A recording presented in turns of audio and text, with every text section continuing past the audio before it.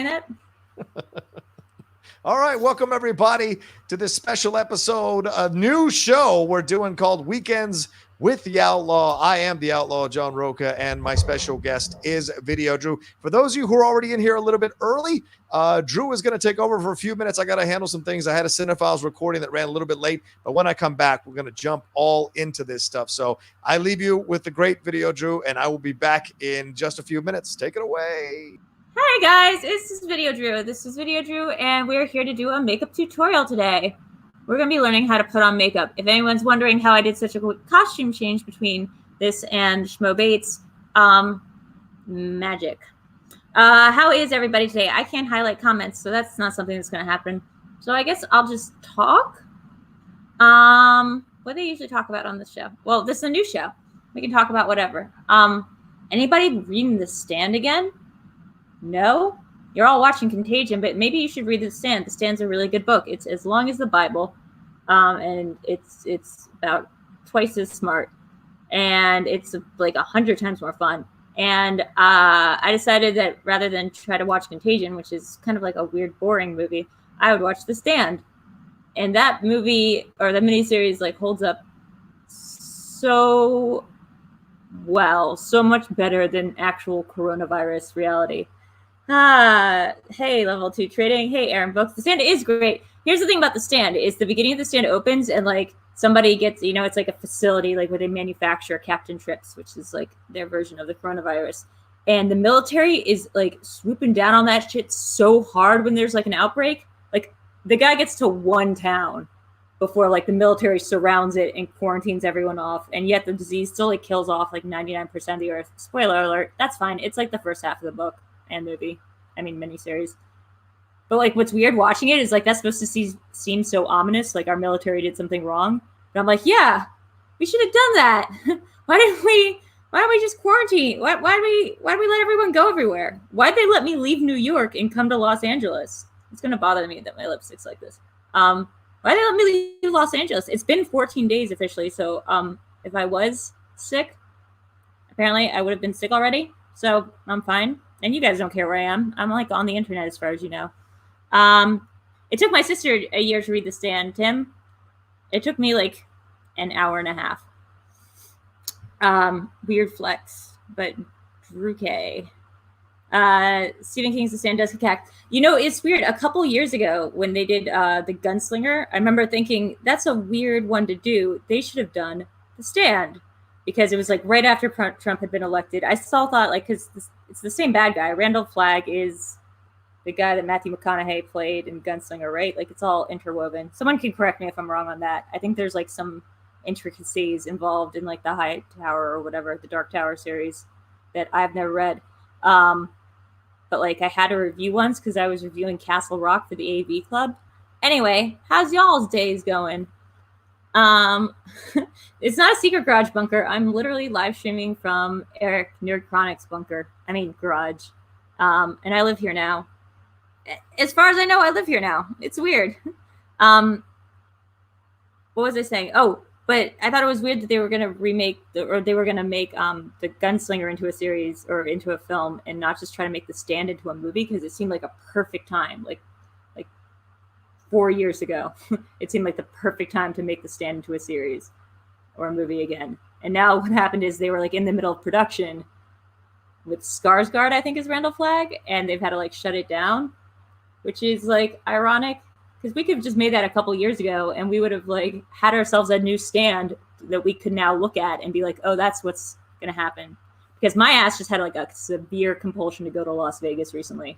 And like 3 days ago. I just wanted to get in a car and drive to Las Vegas, which if you've read The Stand or seen the Rob Lowe starring miniseries with Gary Sinise and that chick from Don't Shoot Me, what's her name? Laura Jima something? I'm not going to get that right. Moon. Let's see who we got in the comment section. Hey, PC. The Dark Tower. I was right. I got there. Hey, said Jake, y'all already know I'm going to say to like the video. Yeah, you should like the video. Just because I'm on it doesn't mean there's no reason not to like it. Quick plug. You can also go to Video Drew stuff. It's on youtube.com/Video Drew and Patreon /Video Drew. Shh, don't tell John I did that. Lock and Key finished last week. Oh, you finished Lock and Key. Yeah, that's Joe Hill. That's Stephen King's son. I actually haven't gotten around to that, and I also haven't gotten around to Mr. Mercedes, which is it's like a companion series written by Stephen King, or it's like not companion. It's not like Desperado, or it's not like Desperation and that other one that Stephen King did, which are like half of the same coin. It's like Mr. Mercedes has the same character that was just in The Outsider. If anyone watched that terrible TV show, it's like weird flex, but that show was terrible. Like, oh my God, Ben Mendelsohn, what are you doing? Hey, Video Drew says, I am. Okay. Hi, I am. Skynet just became sentient, huh? Suge Knight, make sure to send in your questions here. Yes, I cannot read your questions, but when John comes back, he'll do that. Isn't it weird that he gave me control to like just do whatever I want on his stream? That's where we're at. This is reality. Like 2 months ago, that wouldn't have been possible. I would dare say a month ago. I don't think this would ever have happened. That we see Outlaw Nation and it's just my face, and then like you're gonna watch me put on makeup for the next 20 minutes. Because there's a reason that you need to get dressed every morning, and it's not so people don't see you naked. It's to give you a sense of purpose. A lot of times I don't wear makeup, which is something people don't know about me, but I usually don't wear makeup. It's just that I usually don't look in mirrors, but whenever I live stream, I'm looking at myself. So then I'm like, I should put on some makeup, and then I just do it. So that's a reason to do things. Andrew G, I was just thinking about it yesterday and watching the platform. So here's the thing. I got like 3 episodes into Lock and Key, and I liked it. I'd read the comic. I think I'd read like half the comic series by Joe Hill, which is Stephen King's son, who looks exactly like him, which is weird. But it just seemed like a lot of B plot. Like it seemed like they were trying to go like a Riverdale direction with the kids, and I was like, no, more about the weird house. Like in my mind, Lock and Key should be a lot more like Haunting of Hill House. Like just center around the house. I don't need to see the high school. Like really, I don't need like hours of like stuff about this. Was it the Savanier squad? Because it's like Tom Savanier, whatever his name is, the guy who's in Dusk Till Dawn, who did Friday the 13th, right? Yeah, I don't need like a kid to have like a squad in a high school named after a horror movie director. That's a little try hard. Rocha's out doing something. Yeah, he didn't even tell me what he's doing. He just said, hey, go be on this channel. So I'm assuming I will get all the earnings. I'll get all the $1 million. What do you guys want to talk about? Tom Savinier. Yes, Savinier. How do I want to say like Mira Savino? Tom Savinier. Will you accept that as an answer? Tom Savini. The Savini squad. There we go. We got there. Thanks, Andrew G. I'm assuming he's Andrew Guy until someone tells me otherwise. Wow. So how many viewers do we have? It doesn't tell me that either. I'm going to assume 1 million. How's our audio going? Great. Awesome. Lock and Key need to be more disturbing, less CW drama. I mean, so much so that they even put that guy, I think from One Tree Hill, the guy who played Bane on Gotham. That guy, I feel like his name's Chad, but I feel like all their names are Chad. Or maybe his name was Chad on the show. They put him as like the uncle. Just to be like a little like clue to be like, hey, this show is technically supposed to be on the CW. The audience for this show is young, which is weird because Riverdale, which is about a comic book series as well, turned into like a horror show. The Lock and Key, which is supposed to be a horror show and is a comic book, turned out to be more of like a high school show. Does that make sense? We got there. What are some movies you want to do quizzes for soon? That's a great question. If anyone doesn't know what we're talking about, what Aaron is talking about in the comments, because I can't highlight comments. That's hard. That's hard to be me. Me and Nerd Chronic, Eric, we do quizzes basically every night, sort of deep delves into one specific movie. So we've done Fargo. We've done... why am I blanking on all the movies we've done? We've done American Psycho. We've done The Birdcage. That's over on my channel, youtube.com/Video Drew. And tonight we're doing a very special one that I've wanted to do for a while, which is Ghostbusters. And we have the movie guys, Adam Witt and Paul Preston, coming on to face off against each other. So that's really cool. What about you, Aaron? Like, what are some more movie quizzes you guys want to do? Where's Bane? Thanks, Tim. It's my time to do my Tom Mendelsohn impression, which technically is just Tom's Ben Mendelsohn impression.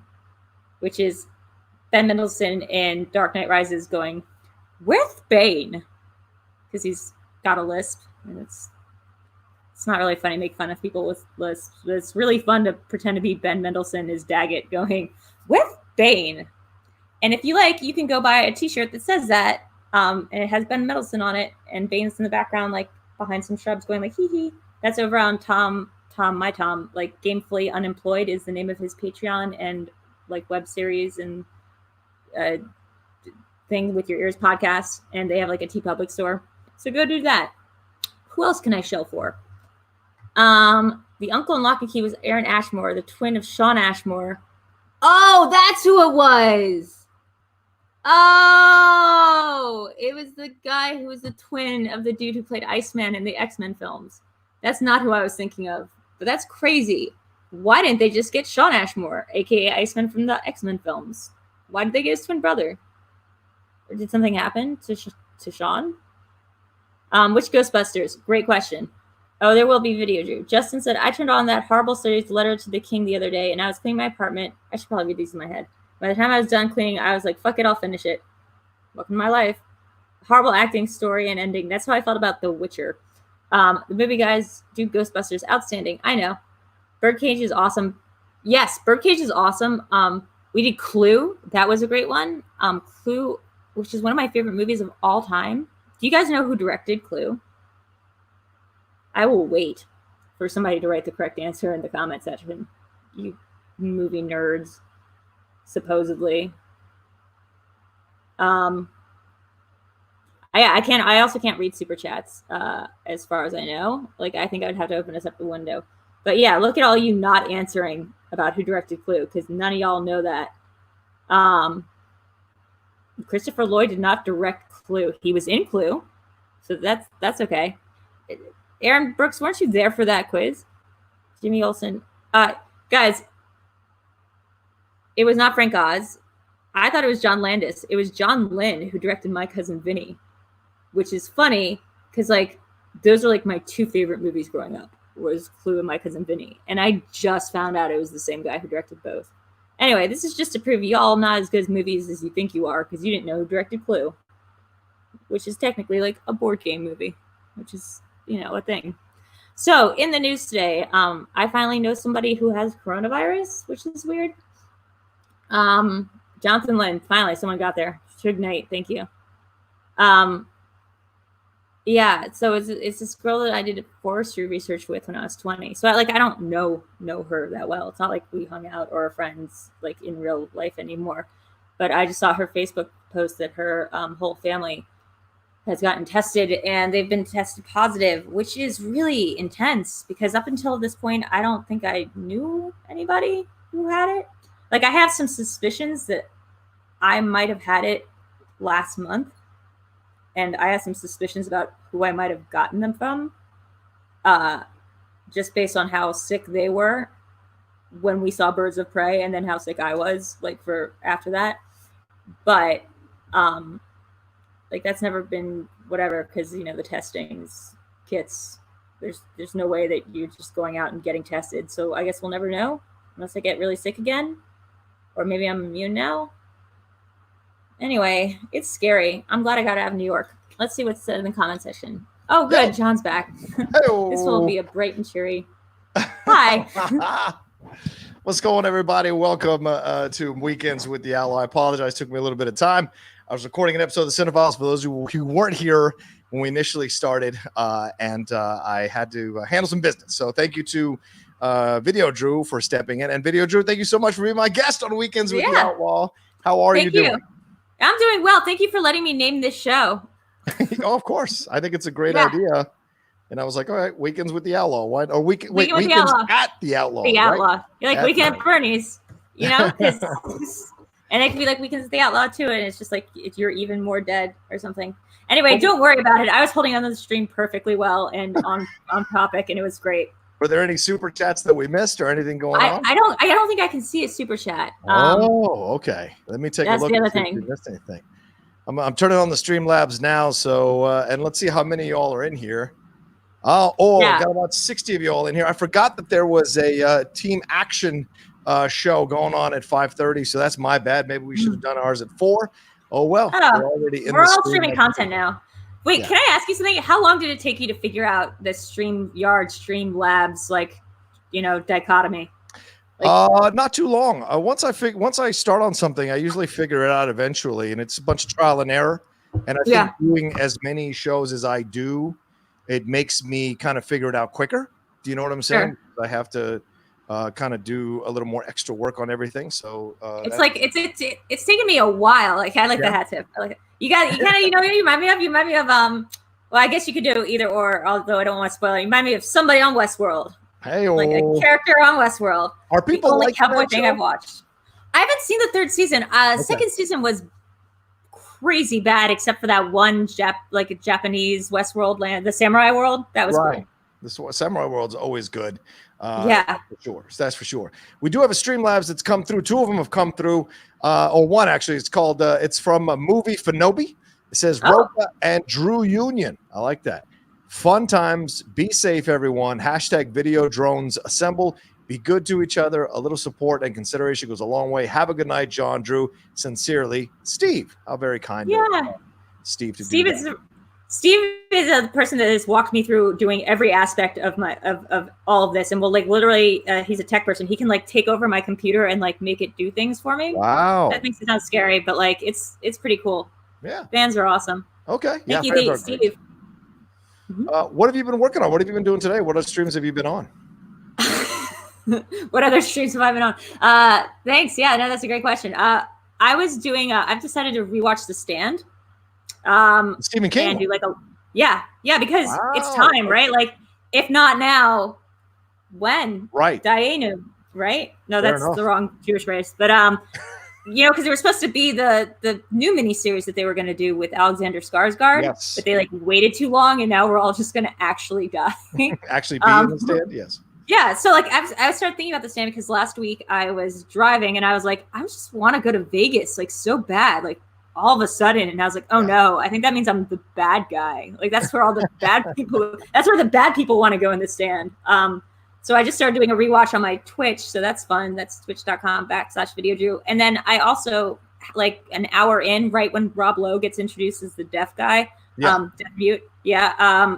I got a message from Alex Mack asking if I would go moderate Schmoedown with Christian Harloff and Rachel Silvestrini. So that's what I was doing up until an hour ago. What happened with that? How did that come about? How did Christian rarely comes on shows? Yeah. So that's what I was texting you about, and you were sending me a message. I was like, no, I'm on air right now. Right. I don't know how that came about. Apparently, and what's weird is it cut into the actual match today. The match that just came out of the Butcher Boy and the versus Pride, which I won't reveal anything for, but I will say that I thought it was a weird move to cut into your own premiere. Yeah. To and then with somebody else who was also playing in that episode. Yeah. And then at 8 p.m. tonight, I'm going to be doing a video chronic quiz thing, which is something that nice. For what? Yeah, me and Eric came up with. So we're going to be doing Ghostbusters with the movie guys. Nice. Yeah. So what's it going to be? Is it going to be you putting out a bunch of trivia questions and them answering it? Or what's it going to be? 20 questions, deep delve into one movie every night. All right. I think we've asked you already what you wanted, and you said Top Gun. Top Gun's the one. Oh, I know. You could have me versus Ben on Top Gun. That would be good. We've had some crazy ones. This one we had Fargo, which was a real bar burner with Craig the Barbarian and Aaron Brooks, who's I think he's in the comments. He might be in the chats. Yeah. Okay. And Kate was we had her on as a guest host with the accent. Right. So we've done Clue, which was fun. Clue. We did Birdcage. We've done. Eric just has a bunch of these just ready to go, and then I've gotten really into question writing. Turns out I really like writing questions. I might like writing questions better than I like answering questions. Are you trying to move off of this thing? Is that what you're saying? Oh, I'm trying to get into the writer's room. Okay. Yeah. Right. Yeah, I think I could write some really interesting questions, and I think I'd really mess with people's heads during the multiple choice. I'm really good at if you go to multiple choice with me, that's not going to make things easier. Can you take can you take criticism for your question writing? Because that's part of the job. Okay. Oh my God. Oh yeah. When we did the Fargo quiz, we were going over them last minute, and then I was like, oh, this is some of them are just written very poorly. Yeah. Like, and somebody called us out. Like, we asked, what does Maud bring her husband during his lunch break? Right. And someone said Arby's, and the answer was worms. And they were like, well, doesn't she also bring him Arby's at one point? And we were like, oh, like, let us check. And the next day we came back, we're like, no, he brings her Arby's. Gotcha. But like, that's like the, so yeah, we can absolutely take criticism. However, I do think that criticism that just recently happened over a match was like silly and dumb. If they hadn't had to go to multiple choice, they wouldn't have gotten as tripped up. So okay. That's my thought. That's part of the game. Anyway, yes. Yeah. That is part of the game. Like, multiple choice should be there to be like a little bit of a hamburglar, like trip you up. Yeah. I don't know why hamburglar is my new go-to. Like, you know what I mean? Like a thing. I don't know. I feel like an old game show used to have like somebody who'd come in and like cause craziness, like a chaotic neutral. Suge Knight. He says, I would take on John. I want to take on John and Top Gun, LOL. See, you've already lost when you say, I think I want to. That means you're not confident. So I already got you. Yeah. So you've done Suge. You got into the danger zone. Well, anyone who's in my Patreon and any contender from Schmoedown is welcome to play. Don't worry, I just washed my hands. We had Janine go up against Troy. And for Scott Pilgrim, that match, they both hit perfect the entire match. I think she ended up with something like 58 points because we had to keep getting bonus questions. Right. These are not easy, and these are not easy quizzes. Wow. So, okay. What about you? How are you doing? I'm doing good. Been busy all day. Started off with Mornings with the Outlaw this morning, which was really fun. A lot of people joined me for that. Thank you all, everyone who might be watching who joined me for that. It was really fun. And then jumped into an interview with Hermione Corfield for the Deep Cut. She's an English actress who is the lead in this new Irish science fiction film called Sea Fever with Doug Ray Scott and Connie Nielsen. So we just talked for an hour over on StreamYard like this, and I'll be dropping the interview sometime. That's awesome. Yeah. I was very the publicists are starting to reach out to me again. So it feels like things are slowly starting to ramp up a little bit. Oh, shit. Yeah. I'm sorry. Can I curse on here? I didn't. Of course. Yeah. That's awesome. Like, I didn't even think about doing that, but you're like turning your thing into like an actual interviewing, not just like Schmoedown adjacent, not just like you talking or like having your friends on. It's like, this is for actual celebrities to come on and like talk to you and have. Yeah. Look, the Outlaw Nation is an outlet. I'm building an outlet. The website will be coming where people to write articles on it too. So all of that is coming. I'm mad about what they did. I took that anger, I turned it into something positive, and now I'm trying to create this thing and build it from scratch, like Frosty did. Smart. Like Peter Soretta did with Slash Film. There's no reason I don't have as much determination as those two people to build what I want to build. It's a matter of finding the right people to put in the right places and be able to build it. So that's why I create these shows the way I do. And yes, I'm all the shows, but eventually I will be able to create shows that other people do, and other people are on the channel doing, and that's going to be fun. And then eventually it'll be big enough where we get advertisers. That's the goal. Do you miss like what you used to do? Like, do you miss the part where you like went on junkets and like interviewed people and like, because I missed a lot from when I was an editor, like a senior editor, and I would get like the huge interviews and big gets. I don't miss junkets. I don't miss doing like shitty write-arounds or having to like hold my tongue. Yeah. You mean set visits, things that set visits? No, set visits I've always had really good things with, because like they would invite, like I got to go to the Handmaid's Tale set alone by myself. They didn't invite any other press. They just were like, just you get to come and hang out with like. So I've actually had and the same with House of Cards and the same with a couple other shows. I got to be on Law and Order SVU. They were like, don't visit the set. Like, you can just be on. And I had a set card. That's the good thing about doing entertainment journalism in New York, is it's so small that but I don't like that like kind of, just grist mill churning aspect of just creating content for content's sake. So I don't miss that part.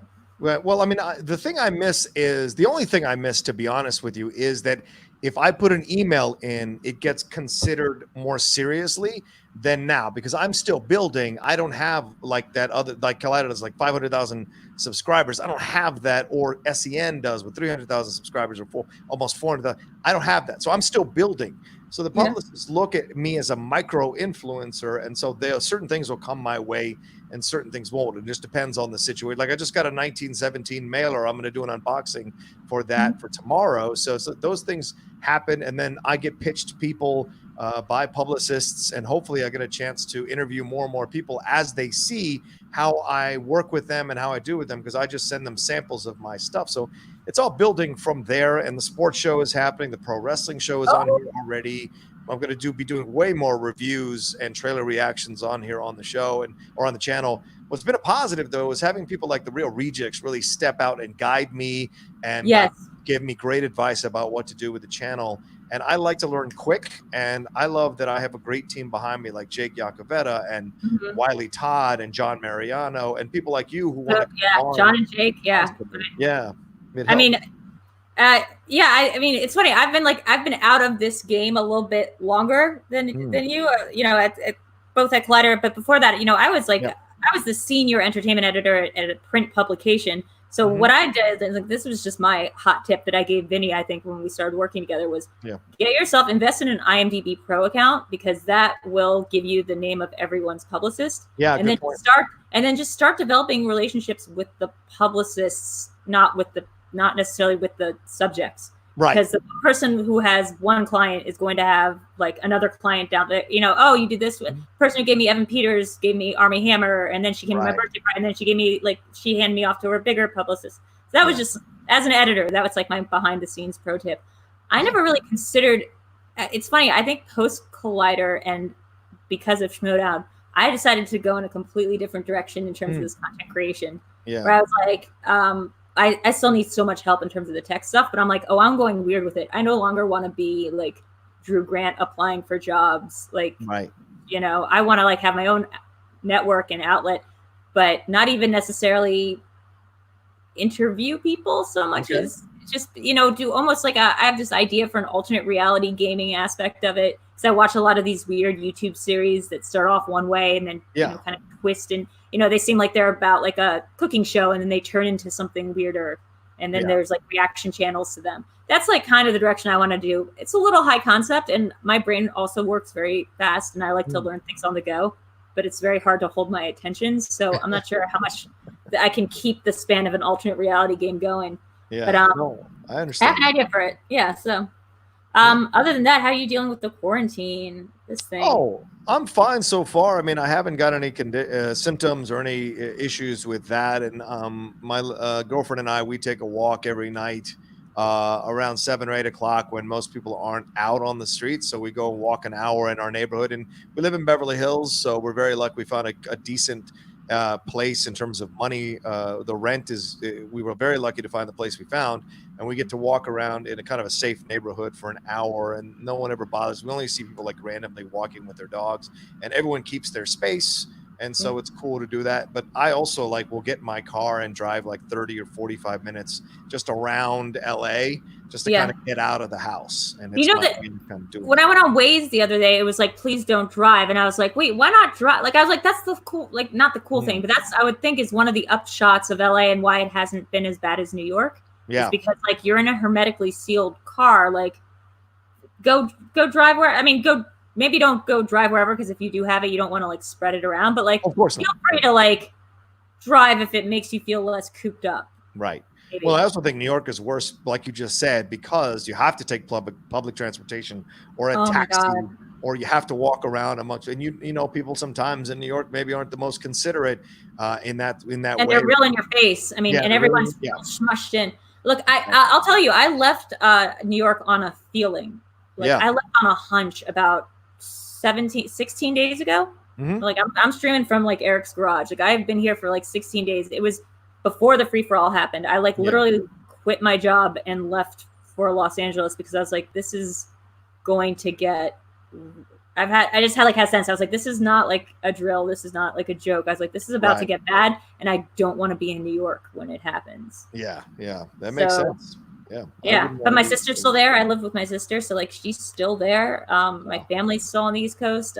It's scary, and I was saying before you ended up added yourself on that I know somebody. I just found out I know somebody who has it, or a family who's had it, which I guess up until this point I didn't know anyone personally who's identified as having it. Right. So it feels a little bit weirder and more real. It's not a close friend. It's someone I knew in college, but her and her husband, her kids got it. and they've tested positive. And she says like the kids are almost over it, so they're almost healthy again. And her symptoms are really mild, and so are her husband's. But like, I was like, oh shit, you can. So this isn't just like this isn't even just like in a weird way, the way that I'm more scared of how we're reacting to it than the actual disease itself. Yeah. This is something that I might have had, or one of us might have had. It's you just never know. Yeah. We got a little super chat that came in here. Thanks, Rocha and Drew. Love the chat from Drunken Prayer. That's very kind of you. Thank you, Drunken Prayer. Let's bring in our first question live. Let's bring in J-Dog. Jay, what's going down, dude? Hey, guys. The beaches are closed in New Hampshire. The order goes through. It's a stay-at-home order now through May 4th. It's really an extension because all they really did was just close down salons and barber shops. Yep. Oh, I can't hear or see him. Oh, there we go. Oh, that was for a second. Are you watching this on StreamYard, or are you watching this on OBS? What are you watching this on? StreamYard. I'm watching this on StreamYards. Okay. All right. So go ahead and say your stuff again. Sorry, Jay. Okay. New Hampshire, they closed the beaches. It's a stay-at-home order through May 4th. And it's really an extension. All they closed down was barbershops and salons. That's all it really was. Yeah. Wow. But they are limiting restaurants, 3 to 5 people per, because the order of 50 or more people you can't do. So we just got the order. We just got the order come through this morning that they shut down all the beaches, all the trailheads, all the trails, all the beach like biking paths. They shut everything down because people were still not staying away from those areas and were still grouping in large numbers to go walk around. And by the way, we were guilty of it a little bit because on Sunday we went to El Segundo, but we walked from the city to the beach and then back again. We didn't stay at the beach or congregate at the beach. And everybody we passed, like we all gave each other that 6 feet of distance. So it was just to kind of get out of the house. But even that they seem to think is too much. So they're doing all these shutdowns because people were showing up to Runyon Canyon, which is one of the famous hiking places here in LA. And it was like massive chunks of people walking all around each other. That's ironic. That's ironic. We can finally get people out of the house and like in a mass group only when you tell them to stay in. I get that. I get that impulse. Like I'm pretty much an introvert and I stay in a lot. But the moment like the government's like stay indoors, I'm like, no, I'm going to Los Angeles. And I'm gonna get a car, and you can't stop me. Do you have a question, Jay? Yeah, I was going to quiz you on this. You were both Video Drew was talking about The Stand, the 1994 miniseries, which I was 11 when that came out. I was hooked because Stephen King. I'm from New Hampshire. Stephen King is from Maine, so we have that New England connection. Yeah. And my mom is a big Stephen King fan. So, and she has all the books or most of the books, and loves the movies, the interpretations, and everything. Not the most recent ones, but, like Cujo and the original It, all that, stuff from the 80s and the 90s, the Langoliers. Oh my God, Langoliers 4 Past Midnight. That's the first one I saw was the Langoliers as a miniseries, and then I started getting into Stephen King backwards that way. So I got into him through Bronson Pinchot. Like, it's weird. We found out that Bronson Pinchot and Steven Weber could act other than being funny. We found out in the Langoliers very quickly. Well, Steven Weber was in the Shining remake. He was in the Shining. Stephen King was Steven Weber was terrifying. I feel like Steven Weber took a horror beat for a bit. Here's Bronson. So I was going to ask you both, see if they get the trivia question here. What was the opening song in The Stand, the 1994 version? Oh, I've never seen it. So, Drew, what is the opening song? Literally, we just listened to it, and guess what happened? The person had to exit out because they didn't want to get copyright infringement. Right, 6 seconds. And, so I've had 6 seconds of it, and I still don't remember it. That's not how my mind retains information. I want to say Painted Black, but it was not Painted Black. It was Don't Dream It's Over by Crowded House. Oh, wow. Oh, that's a deep cut. I'm not that upset for not knowing that one, now that you say it. Well, Molly Ringwald, as you know, she was known as this 8. So to me, when I saw it, here I am. I was watching all her 80s movies like Pretty in Pink and The Breakfast Club back in the 80s. Yeah. And the fact that I thought it was a callback personally, an 80s song that, 87, 88 around that time. And here's Molly Ringwald, this goddess of the 80s who didn't have a great 90s. She turned down that Pretty Woman role for Julia Roberts. Whoa. Yeah. She turned it down. So hey, big mistake. Huge. Big mistake. I was gonna say that. But no. And Gary Sinise, he had a big 94 because Forrest Gump came out weeks later, and we got to know and love the great Gary. It was like everyone's weirdest areas point. of The Stand and Forrest Gump in that entire year. It was Gary Sinise's high. It was Molly Ringwald's low, and it's like Rob Lowe's like hiatus. This was like Rob Lowe. This was like when Rob Lowe and like Robert Downey Jr. just took a break from doing stuff for a while because they were both going through their, I guess, their own personal demons. Like you will only find Robert Downey Jr. in like In Dreams, that Neil Jordan movie, and like in his Emmy-winning role in the Close to Flockhart, Ally McBeal. And also like Rob Lowe was like this, and I feel like then he stopped for a while and then started up again with Parks and Rec. Yeah. We had Wayne's World as a condescending jerk. And then, I just fell in love, but fell for Rob Lowe as an actor in The Stand because of that. And then in Tommy Boy, it ain't over yet, Lee Harvey. He was in Harvey and Tommy. Hold on, Jay. Tommy Boy. You're going to be the first one to witness this. I think we have a new overlay from Jake Yacovetta for Weekends with the Outlaw. Boom! A Weekend in Outlaw. Hey, there we go. Attaboy, Jake. I'm going to hit you up. I need an overlay so bad. Wait, so you figured out OBS is what I'm getting from you, Rocha. You figured it out. Yes, because I can do things like this. So real quick. Wait.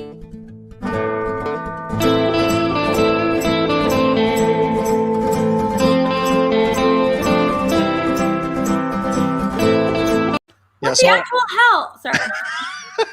No, wait. How did you get StreamYards to go into? How did you get OBS to go to StreamYards? Well, I'm not even on OBS. This is all through StreamYards. Thanks to Paul Denuzio of the Action Army, he explained to me how I can do this. And as long as you keep the video under 30 seconds, you can upload it. But you got to pay the fee. I paid for the year, which was I didn't pay for both.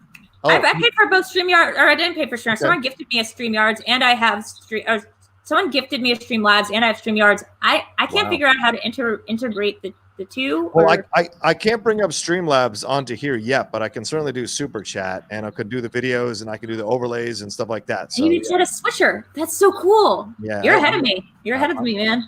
I'm trying to get ahead of everybody, to be honest with you. I'm trying to be the one that stands out. So we'll see.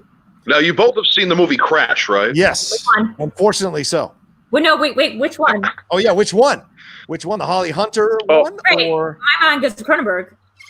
The movie that had no business winning an Oscar or any Oscars for that matter. Paul Haggis' one. Yeah. No, I've never seen it. Yes. I've seen You've never seen? Okay, all right. Now, Rocha, you remember the show Monk, right? Yes, of course. Tony Shalhoub. Tony Shalhoub's my idol. Okay, he's my idol. Okay. I want to meet him someday. So anyway, in the movie and Video Drew, if you remember the show Monk, Monk's bedroom. If you're in the movie Crash, the bedroom of what was it? Brendan Fraser and Sandra Bullock. That's actually Monk's bedroom. If you watch it, movie Crash, and then watch some scenes from Monk in his bedroom, they used I think they used also Monk's kitchen for the set for scenes in the movie Crash. I think Don Cheadle and Jennifer Esposito's kitchen is Monk's kitchen. So I guess maybe like. I like that, and then like you can make it the idea that it's the same universe, like Monk exists in the same universe as Crash for some reason. But you never see him anywhere. You never see him in the movie Crash. He's busy. He's busy putting bad guys behind bars. Have you ever seen it? Sorry. Have you ever seen any other movies that used a TV set or a movie set that doubled? Have you ever seen that before? I think so. I think I caught one. I think Birds of Prey. She lived in Sherlock's apartment. Oh. Okay. Okay. I think so. I mean, again, I have no way of knowing. It seems a little bit weird, like unless they filmed in like London or something. Yeah. But the layout looked similar. It looked like they just kind of changed the wallpaper, and I have like a pretty good sense of like. No, what am I talking about? I have a terrible sense of direction and like spatial reasoning. But like to me, it looked like the same room, and I like to point that out as like a Drew fact, which means not necessarily true, but like if it is, how cool would it be? That's true. That's true. Well, it's good for TV productions because they can double for a movie. If production costs are mounting, the movie can just say, you know what, maybe we've got a studio available because Monk, I believe, was the Paramount lot. When Mr. Monk goes to Mexico, they weren't really in Mexico. They were in the back lot of Paramount. Spoiler alert. Yeah, so basically my friend, I had this friend, and I had my engagement party when I was married. I have to like qualify that I no longer am because hello fellas. But we had our engagement party at a friend's house, and that friend's house was used to shoot everything. It was used for that Patrick Wilson episode of Girls. Anyone saw that? It was used in Hulu's Difficult People. Like, it was used in all these different shows and movies. You can just, and now that like I know what the house is because I've been there several times, like I just see it. Like, it's constantly being used. It was used in The Affair. It was like used in like this and that. So yeah, when you start noticing those things, they're almost like geographic cameos. Yeah. Okay.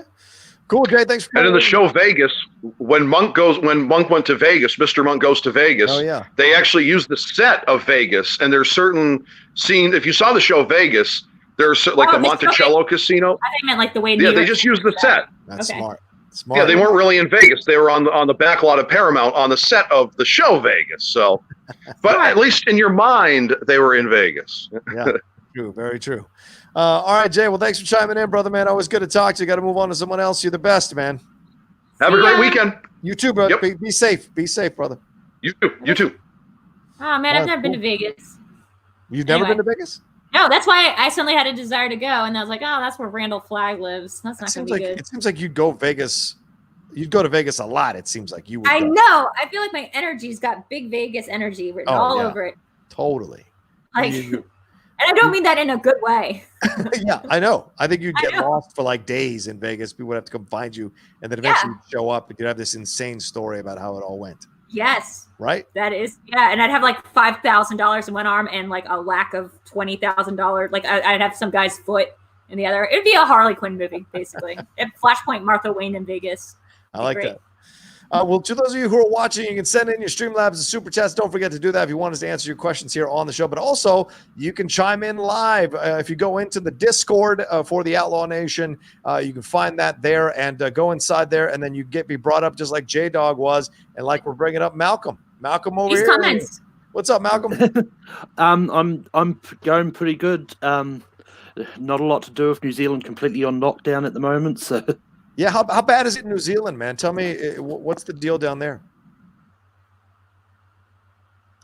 Well, at the moment, sort of our Prime Minister's sort of locked. We've got stay-at-home orders out, like only essentials are open, all that. So, yeah.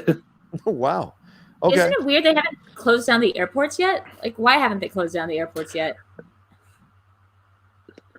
I mean, that's. I mean, the airports for us are pretty much closed down. They've sort of said, like, if you want to go home, if you're in a different city and you want to travel home, then that you can only fly on that occasion. But I think they're completely closed down now. Okay. So yeah. Wow. Do you know about us, Rocha? Like, are we closed? Because that's the one thing is I got out of New York because I was like, they're going to close down the airports tomorrow, and that was like 2 weeks ago. I have not heard that the airports are closed down.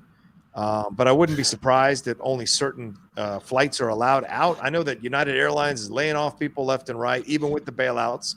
I know that a number of airlines are already looking at how many people they can let go. Oh, it's so cheap to fly, by the way. That's the weirdest thing. But that's the weird thing. Don't make it cheap to fly. Don't encourage people to fly. Right. If you wanted to, however, I believe you can still take a Los Angeles trip to New York on for $59 right now. Right. Well, they're still got to make money, so they're going to try to entice people who are willing to take a chance to fly. But what do people?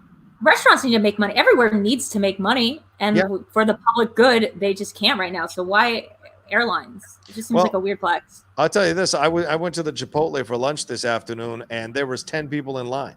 So with 6 feet of distance between everyone, but there were still people willing to go out and kind of get food and do whatever. Sure. No one wants. They won't be on lockdown, but like kind of lockdown or almost lockdown. Not totally. Yeah. And flying, if they're telling us not to use our cars, flying, and that's how this thing goes from state to state or from country to country. Like, planes should be the first thing that they're like, you know what? Only if you're like an official person.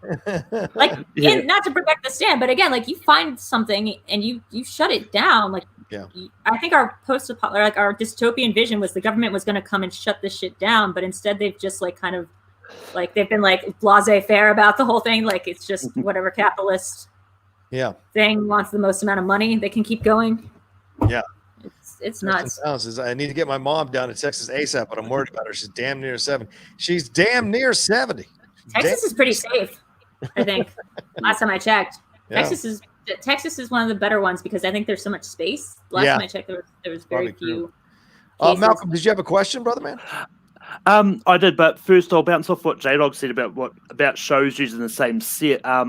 The Luther Mansion in Smallville's also the Oliver Queen Mansion from Arrow, as well as the X-Men Mansion in the X-Men movie, the original X-Men movies. So I've seen a couple of these in the comments that people have been doing that's pretty good. Yeah. Like the Tony Stark cabin in Endgame is Godzilla, King of Monsters, West Wing and Dave.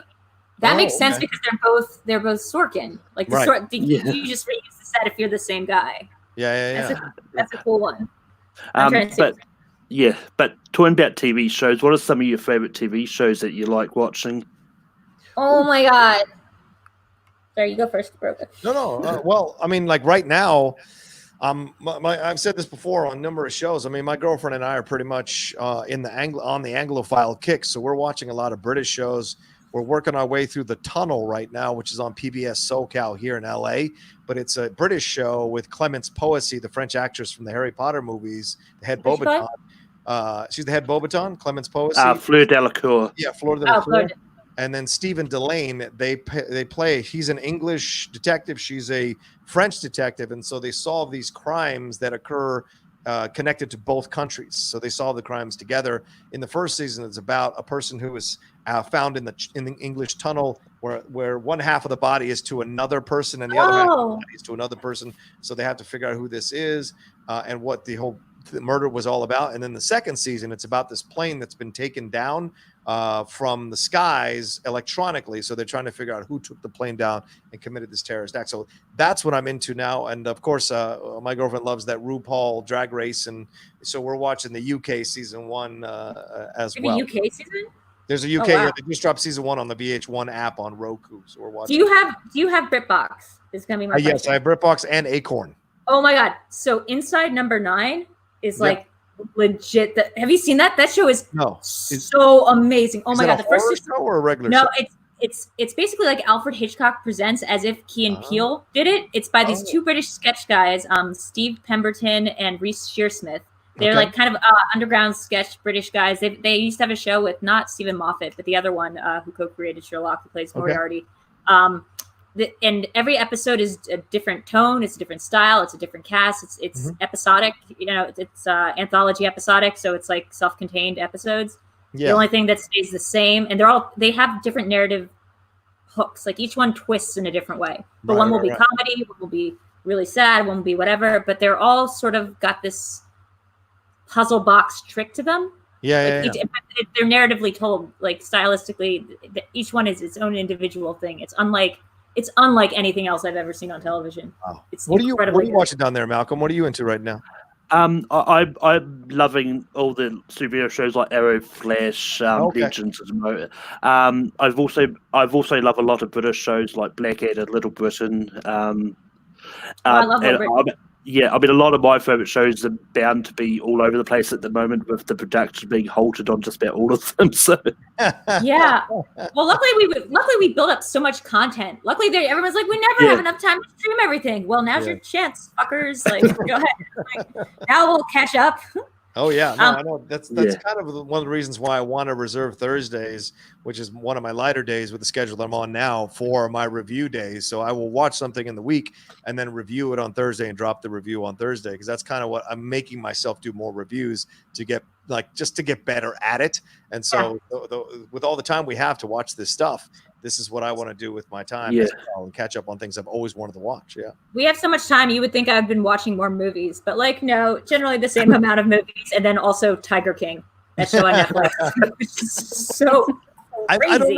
I don't know if I'm going to finish Tiger King. I did the first episode and I was like, this is How are you not hooked? I'm like, this is way too Florida for me. This is way too Florida for me. It's so Florida. Yeah, and having grown up in Virginia, I'm like, and I studied in Florida State. I was there for 3 years. I was like, I got to Florida from there. So I don't know if I want to watch that from there.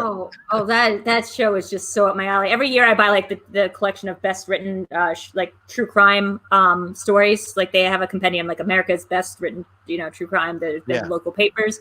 And that story, I believe I'd already read it. Like someone had done a piece on it like 2 years ago. But oh my God, does it go? Like it goes in. If you only watch the first episode too, that's not like even a sliver of what that show turns into. It is crazy. I mean, I may finish it out. We'll see. I know. Wait, hold on. Wait, where is it?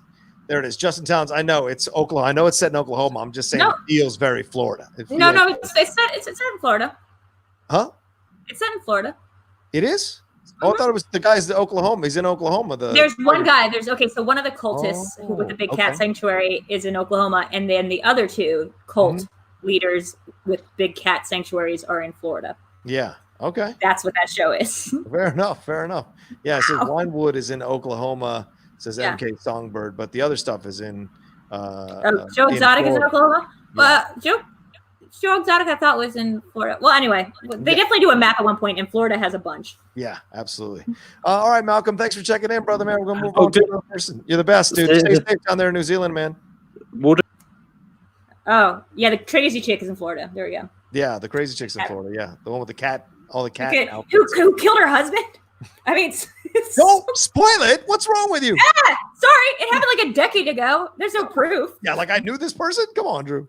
It was in the papers. Let's move on to Sebastian Feely. He's been waiting, coming in and out. What's up, Sebastian? How you doing, bro? Everything okay? Everything fine. Where are you calling in from? Where are you videoing in from Uruguay. Oh, okay. You're down in South America. Wow. All right. Yes. How is it? How's it going down there? It's okay. Some places worse, some places better with this virus. We have a lot of people sick. Oh, wow. But 278. Wow. Yeah. Out of 3 million. Okay. Whoa. I mean, there's some places like Antarctica and stuff where there's no reported cases, but that's because there's like very few people. Right. And then even less people who live there can get tested. I mean, I think that's the thing too. It's like, unless you know somebody who is very sick and then they go get tested, like how are you even going to know how many cases there are? Yeah. Yes. We have doubled the tests today. We've been able to do that. So we're handling okay. Politicians have donated 20% of their salaries. Oh, wow. So we're doing okay, I think. Okay. That's better than in America where we're kicking out nurses from their housing living like arrangements because like landlords are too scared to like let nurses live anywhere. It's ridiculous. So they're literally I've read something today that people are spitting on like people in scrubs on the street because they're like you're carrying diseases around. That's isn't that fucking wild? Insane.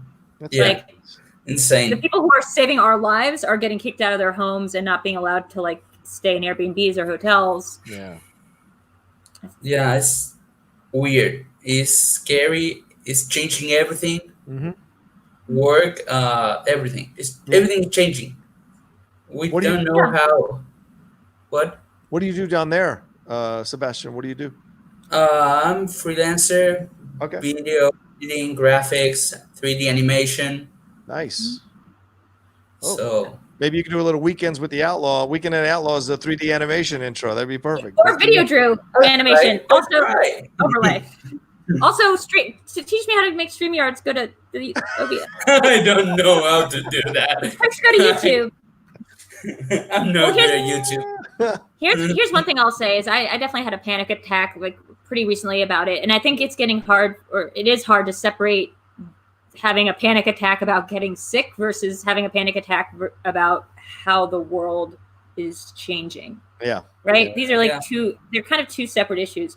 I'm not that worried about getting sick. I'm probably not worried enough. Like I probably don't wash my hands enough to technically warrant a freak out. I do wash them, but I mean like in general. I'm not I think I might have already had this thing. I think I actually did last time I was in town. I was really sick and I stayed sick for a while. Right. I'm more scared about the world changing. Yes, it's scary. It's weird. Yeah. What is going to be with movie theaters? What is going to be work? A lot of people losing jobs. It's hard. Yeah, it's crazy out there right now. But I mean, we're only in the first, at least here, we're only in the first few weeks of it, and so we'll see what it ends up becoming down the road and how quickly the jobs come back Trump is saying Easter, but I think that's ridiculous. I don't think it's going to happen at all. But we'll see how quickly people respond to it when it comes back. Will businesses be more cautious? Will they try to operate at a lower? If they can come back. Yeah, if they even come back. Right, exactly. Great point. If they even can come back, we'll be operating at a lower employee volume level. I don't know. We'll see how it all plays out, because the government, it was great to pass that stimulus package, but that's just for now. Is that going to carry us over as it keeps going? We'll see. And what does it have to do, and that's irrelevant to how do you cure it, or how do you stop it, or how do you get people to stay home, or how do you give them health insurance? Maybe just as a country, you provide a basic level of healthcare so people. Yeah, we have public healthcare. Yeah, I mean, a lot of places do. Lucky with that. Yeah. All right, it's getting too hot in here, so I'm taking the hat off. Oh, I wish I was there so I could take the hat, but I can't. What's weird is Sorry? When do you think we can coexist with this sickness? We'll go back to work as normal, because this is here to stay. Yeah. This is another seasonal flu. Right. Yeah. I don't think there is going back, only because I think, and John, you were in a little bit of a different boat, but this has been my life for a while, of just not being able to get work, of being wait, I was once at this really big tier job and now there's nothing, and not being able to get healthcare. That's been kind of a reality I've been living under for a while, and then kind of naturally being more introverted. I know it doesn't seem that way, but I've been getting a little head start on this whole quarantine thing by just self-quarantine. I don't know if things will go back the way they were, because I'm not sure if it's possible at this point, because we now know that it's possible for things to get this bad this quickly. I think we've lost a lot of faith on the interstructural foundations. But at some point, people have to get money. At some point, people have to go out to work. When do we decide to coexist with this thing? It's a good question. That's the thing at the end of the day is, and we don't know. Nobody knows. Nobody knows how it's going to react. Just and every country is different. Right. In a different situation.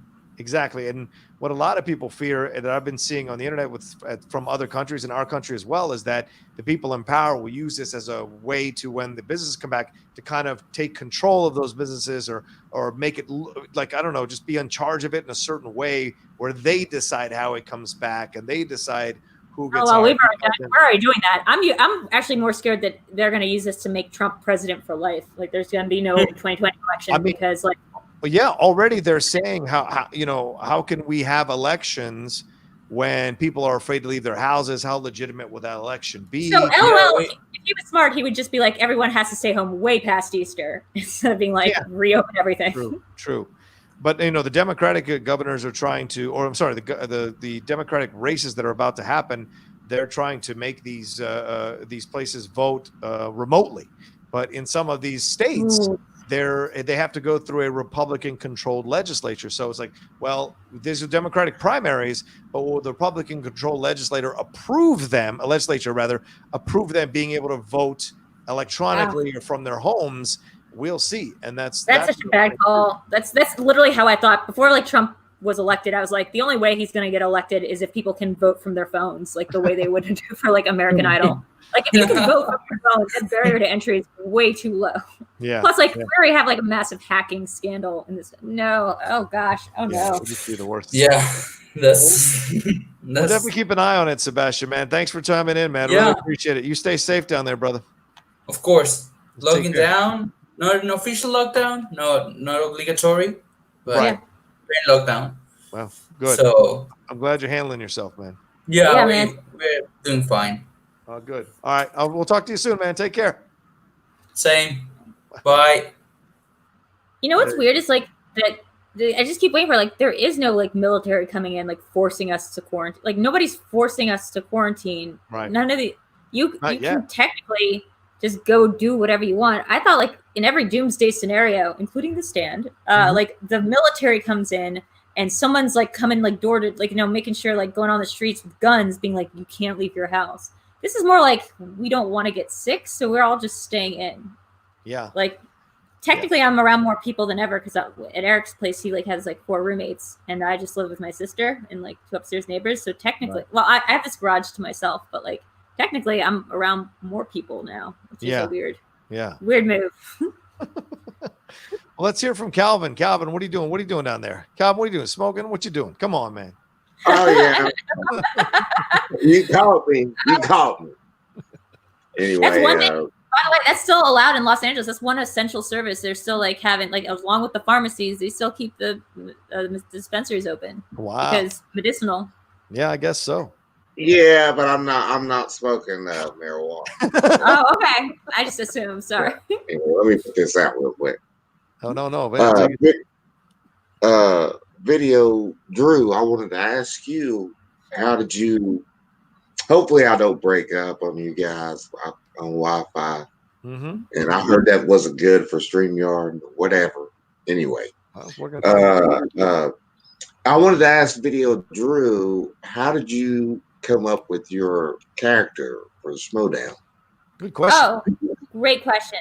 I didn't really I just showed up one day because the guy that I thought did all our tech work for Collider told me that I had a good personality and told me to show up for a trivia show. And I was like, on a Saturday, and I was like, And he goes, you get to play against a guy from the OA. And I was like, that's cool. I love the OA. So I showed up, and then Jay Washington, who I had seen around the office a couple of times, was like, do you want to be a good guy or a bad guy? And I also had just watched wrestling for the first. I'd just seen WrestleMania.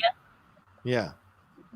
I'm sorry. So I didn't want to cut so you they were off, like, good guy or bad guy. And I said, oh, I can be a bad guy? Like, I want to do it. And the one thing they told me not to do before I went on stage was crosstalk, which I clearly have a problem with. Like, I talk a lot and I interrupt a lot. So I was like, okay, she's got to be real not talky. Like, how do I not talk? And that's right. So bad guy plus not talking. And then I think the character developed after I read a couple of YouTube comments of the first match and saw people being like, she's annoying. And I was like, that's hilarious. So I was like, what if she didn't think it was hilarious? And she suddenly went from trying to take over the world to wanting to be an influencer and getting all these friends and being popular on the internet. So, right. So it's what if a super Thanos decided to be an influencer? That's how. I like that. How I came up. I respect that. That's good. Well, I mean, I like the character. I think it's great. I think you did it at Schmoedown as well. I'd love to play again. It was, John Rocha. But you got to win titles. I'm not trying to be John Rocha. You got to win the belts. I'm trying to be the Hamburglar. I'm trying to be the person coming in, throwing a couple bombs in here, being a chaotic, neutral. I'm not trying to. Christian is trying to, goad me into being don't I want to win a belt? No. Yeah. No. I think, Video Drew, I think you could go for the IG belt. I think you could go for the IG belt. If I'd ever watched the Lord of the Rings movie. Or seen a Star Wars prequel. I'm currently going through those right now with my Patreon. Or seen a Star Trek movie. So probably not introduce them anytime soon. Oh, really? Well, never mind. But maybe, if they change Inner Geekdom to be horror specific, or there's a bunch of things that I am very good at, and when I play at home, I'm like, why do I never get these categories? My last game, I know that round one's getting a little bit not necessarily easier, but kind of easier.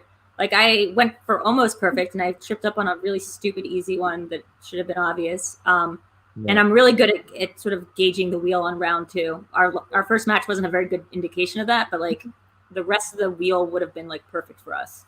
I really do a lot of Machiavellian sort of gaming the system, figuring out who we're playing against, figuring out what they're good at. I mean, you saw Tom. Tom looked unbeatable last season. Yeah, Tom is very, very good.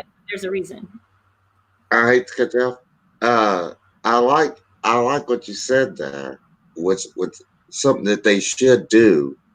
Rocha, you might want to get on to Christian about this. Yeah, tell me. They need a horror category. I'm not category as in wheel thing. I'm talking about just a horror specific.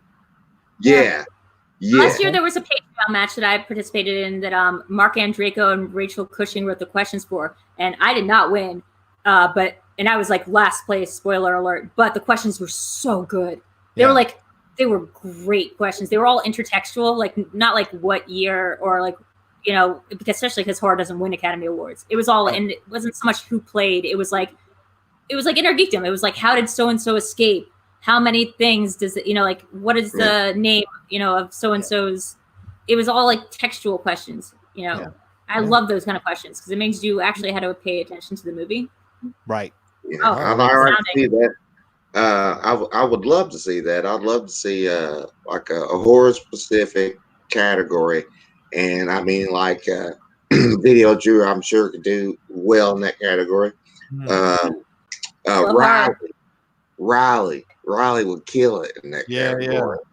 So you don't want a horror thriller slice. You want to have a straight just horror slice. Yeah.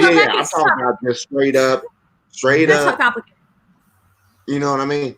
Yeah. But I mean, he probably won't do it. But I'm just saying. But like, what's straight up? Like, not to get back into like my thing on the semifinals, but like with Silence of the Lambs, is American Psycho, is Friday the 13th, which technically doesn't have anything supernatural. Technically a horror, like the horror thriller kind of has to stay horror thriller, like because it is true. Like, yeah, we watched that the other night. I love American Psycho. That's not a straight horror movie though. Right. Like it's just not. I would love like there to be a weird slice like that. Right. I would love it to just be like a dark universe slice. Say. Yeah. True. Like or tournament. Dark universe. Speaking of dark universe video, have you seen? I watched it the other night. Have you seen Invisible Man? Yes, I have. It's the last movie I'll probably ever have seen in movie theaters. I went with Saul. I thought it was great. Did you like it? No. Really? You didn't like Invisible Man? Oh my god! No, I did not like Invisible Man. First of all, I found it. I found it hard to watch at first.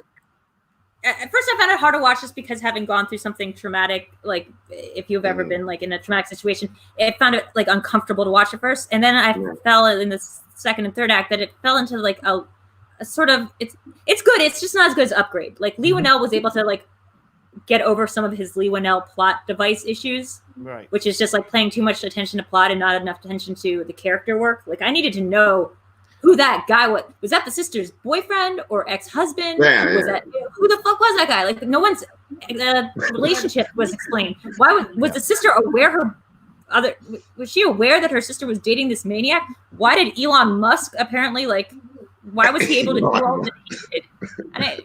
No, I'm sorry. That third act, because I don't want to give anything away. No, we won't give anything away. When you find out how he's doing it, you know what I mean? How the guy's being invisible. I was like, okay, this is cool. I was like, that wasn't the problem I had with it. It's the idea about him being dead. I'm like, what his stock plunge? Like, who? It doesn't make any sense narratively. Oh my god! I thought it was great. Anyway, yeah, I agree. Get off here, Rocha. All right, man. I love you, man. I'll see you soon. Thanks for tuning in. All right, see you. You were like, what the hell was this guy doing with his his giant company? Why would he take time out? His brother was in charge of the company after he died, right? That's what they said. Who would put it? Yeah, but no, he's in charge of the estate. Who would be in charge of the actual like he's like Tony Stark, right? Like who'd be the stock would plunge, like his career would be over because anyway. I don't know. Yeah, I don't know. But like I said, I don't want to give anything away, but I think it's a valid conversation to have about because I'm shocked you didn't like it. I thought it was me too. I was shocked not to like it. I think Lizzie Olsen, not Olsen, God, the Elizabeth Moss was incredible. I am so sick of her being in stuff where she just has to look so scared all the time. Like maybe that's just it. Like I'm just triggered now by the sight of Elizabeth Moss looking terrified for her life and under subjugation of like some terrifying man who's like coming after her. And I'm just over that. But I thought Upgrade was a fantastic movie. I have the same problem with the Saw films, and anyone who's in any of my Discords or checks out the Bandits Discord sometimes knows that I have issues with Lee Winnell's writing, specifically because he'll do these things where characters act out of they act out of plot instead of acting out of what the character would actually do. Interesting. Okay. Yeah. All right. I disagree. I thought everything that Elizabeth Moss did in the movie made sense. She was fantastic.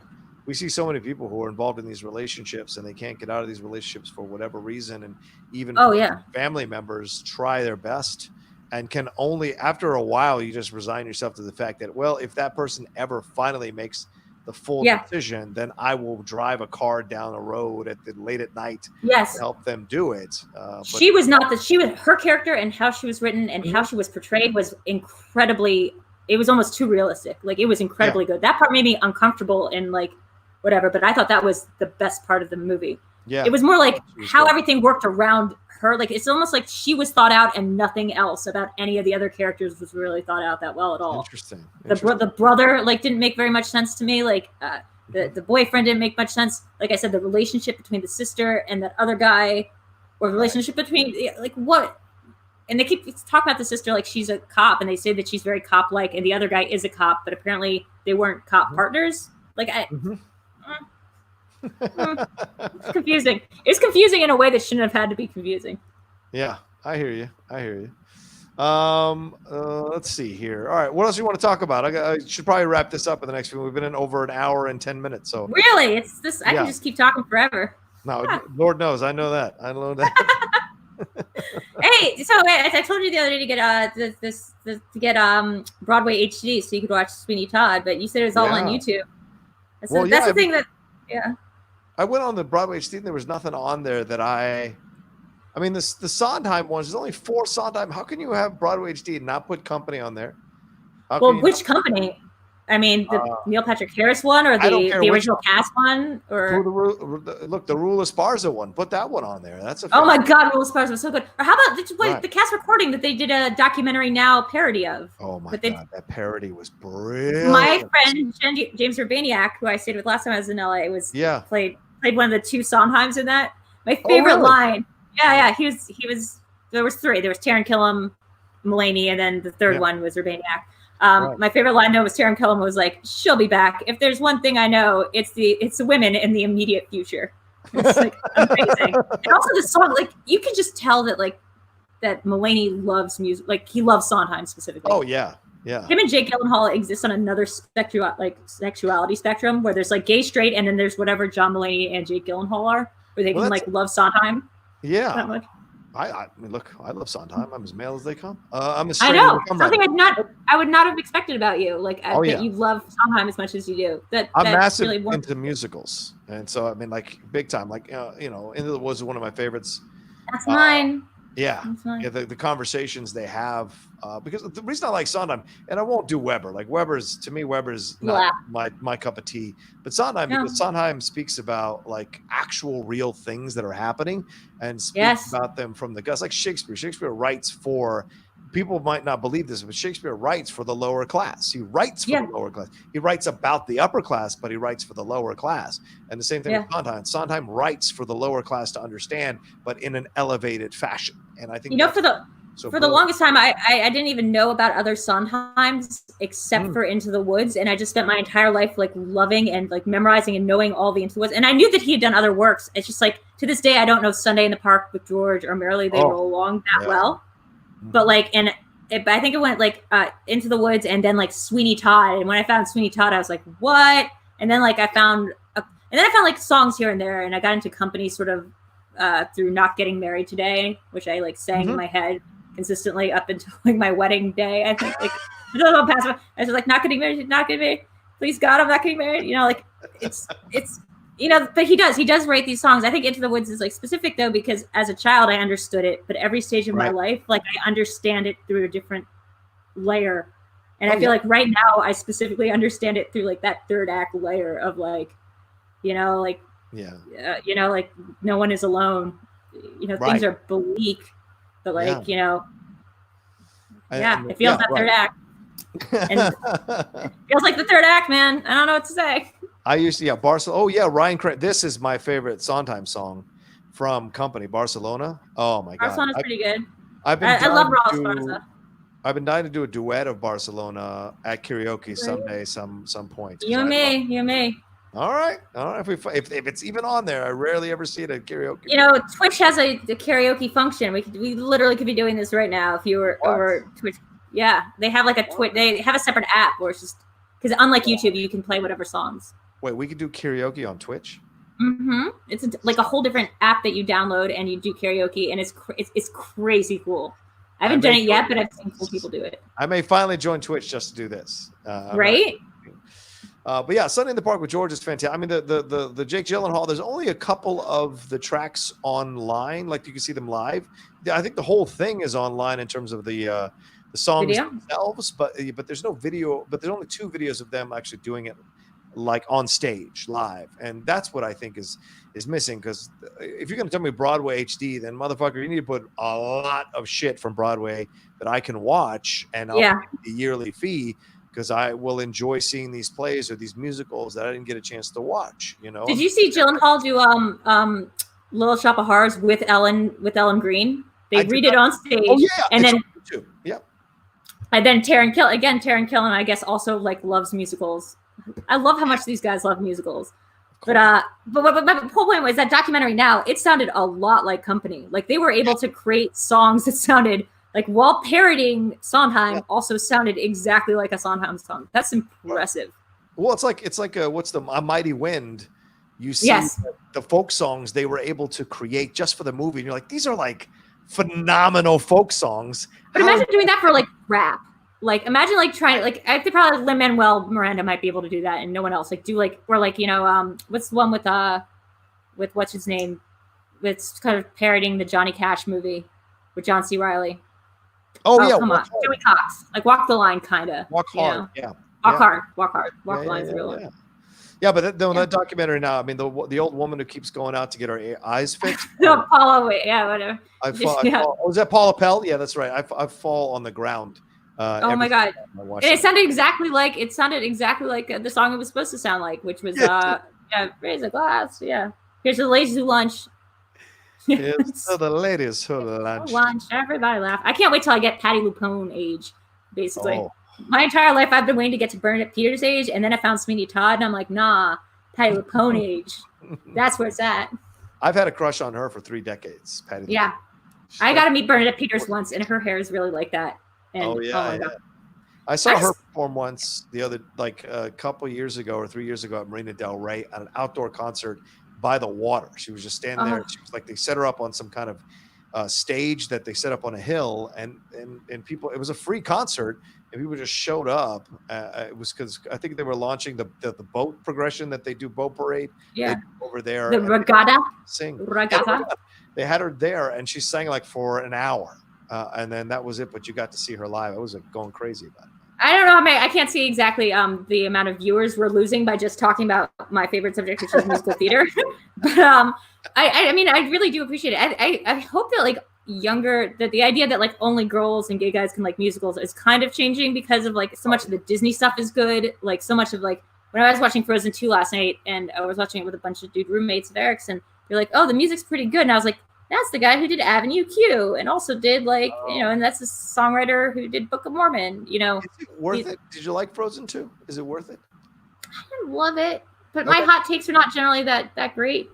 I trust your opinion. It was real. It was straight up real. It's not, it's like Children Will Listen style real. It was like this is the one that's not, it's for kids, but it's like, well, you're old enough to learn some things now. Like you're old enough to know some harder truths than the first one.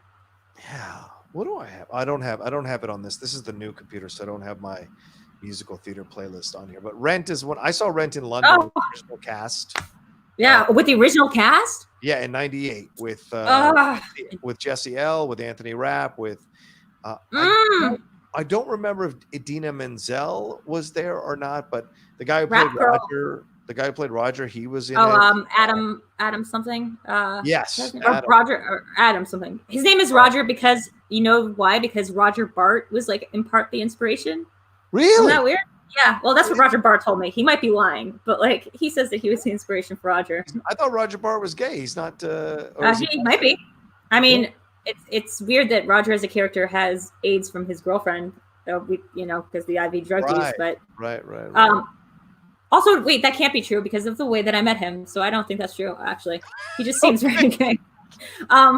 Good to know. Secondly, good to know. I met him through our weird dungeon. I don't know. Sure.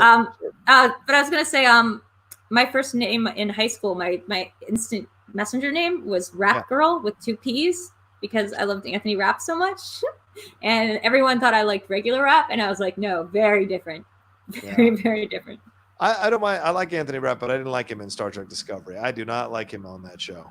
But for whatever reason, people do enjoy him. So what can I say? Do they? I mean, like he's kind of like he's kind of a cult underground guy. I feel like we have several Anthony Rapp types. We have like Stephen Merchant, who's kind of a rap type. We have Merchant.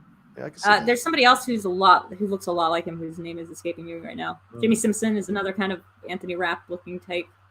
But yeah, I was super into Anthony Rapp as Mark in Rent. But how cool is it that like kids today love Idina Menzel and like know how to pronounce her name because of because of Frozen and stuff. Right. That's right. a cool thing.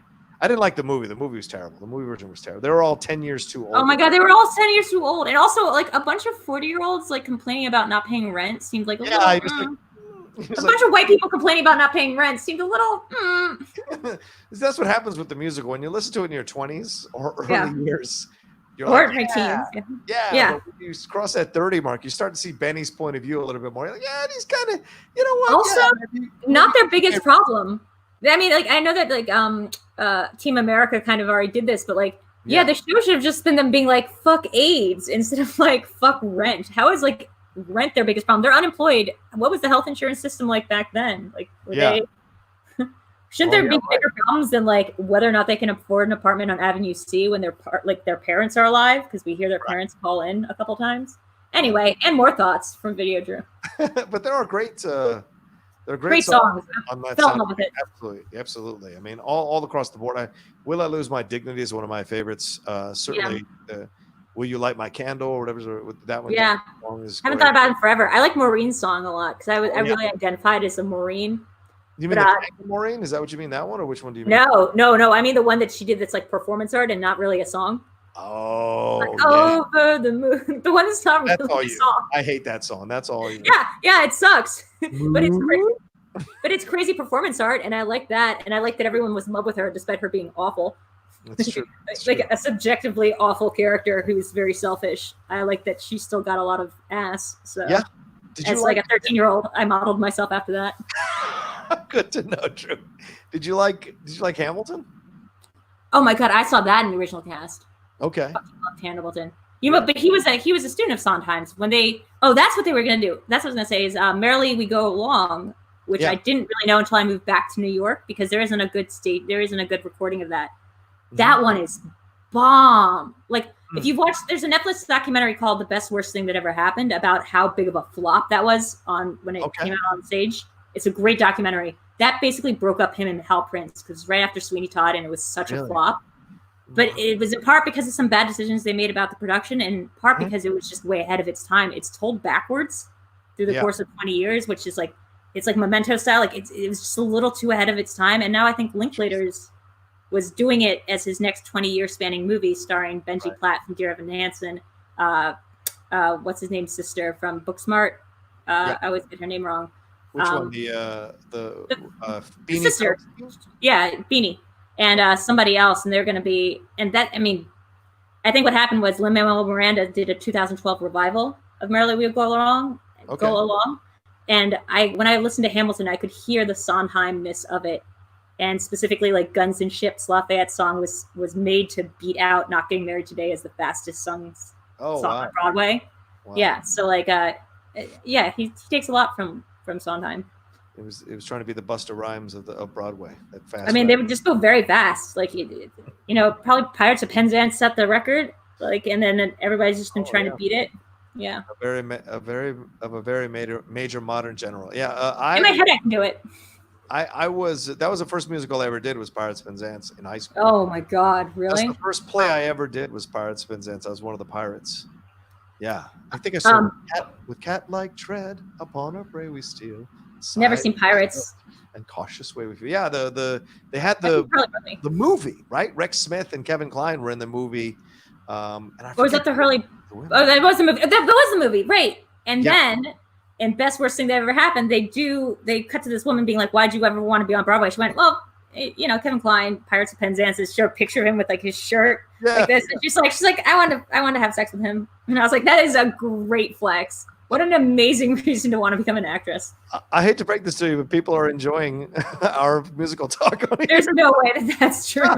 Our numbers have not dropped at all. That's Ryan insane Kramer. to me. Ryan Kramer there. I am the very model of a modern major. Modern major general. Mineral. My dad can do it, and he can also do the science one that they do in Breaking Bad that Gail does. Yeah. Information, vegetable, animal, and mineral. I mean, I can do not getting married mostly in my head well, but it's I can do it. I think technically, yeah. Not get married, just thank you all. Go, can you go? There's nobody with me. Goodbye. Can you cry at another person's wake? If you're sick and you're quick, you can pick up a questioning, but please, on my knees, there's a million lives at stake. Yeah, something like that. Yeah. I can do it. I haven't thought about it in a while, but I can technically. Because I played it a million times, like up until my wedding. It was very relevant. Yeah, these are mine. The Gene Kelly musicals are what I grew up on as well. I know all those songs from the Gene Kelly music, American in Paris. They just did It's Always Fair Weather on TCM Saturday or Sunday, and Alicia Malone presented it. That was cool. So yeah, I mean that's what I grew up on initially with the movie musicals, West Side Story, all the Gene Kelly stuff, a little bit of the Fred Astaire stuff, and then I moved into the understanding with the theater musicals where I had no idea. And it's like wow, it's so much. And I bought. I come from again, I guess it makes sense, but considering who I am, but like I come from like the dark universe side of things where it's like I basically saw Rocky Horror Picture Show as like my first movie, and my parents just let me watch that as many times as I want, like as a child. I think that was probably my first musical, and then it was like Little Shop, and then it was like Into the Woods. So by the time I got myself to like the Fred Astaire stuff, I was like, this is some child ass shit. I was like, there are no stakes. No one is getting murdered. There are zero like transgender aliens. Like there's nothing going on over here. They're just dancing. Listen here, you millennial. Without those, you wouldn't have your Rocky Horror Picture Show. I don't think that's a millennial issue. I think this is a me issue. No, this is clearly not a millennial issue because the dancing. Lin-Manuel just posted a picture, I think, of his child dancing to Fred, like watching these. And Danny Kaye and all those people, but I had to learn about it later. The dancing also doesn't inherently interest me as much as the rat-a-tat singing. Yeah. Yeah. You guys fall in love with Wicked like I did. When the touring company came to my city, I saw it, fell in love with it, and bought 3 more nights through the daily lottery. Wow. I like Wicked a lot. I saw the original cast of Wicked right after Kristen Chenoweth hurt her neck. So she was in this pink sparkly neck brace. Right. I forgot. I was going to say I have seen Roger Bart and Anthony Rapp together perform in You're a Good Man, Charlie Brown, because they came to Delaware with Kristen Chenoweth in the cast and B.D. Wong. It was like a stacked cast coming to Newark, Delaware for some reason, like in '98. This could be dangerous for us. What? Wait, we could do this. This is an untapped niche. By the way, if we do Twitch.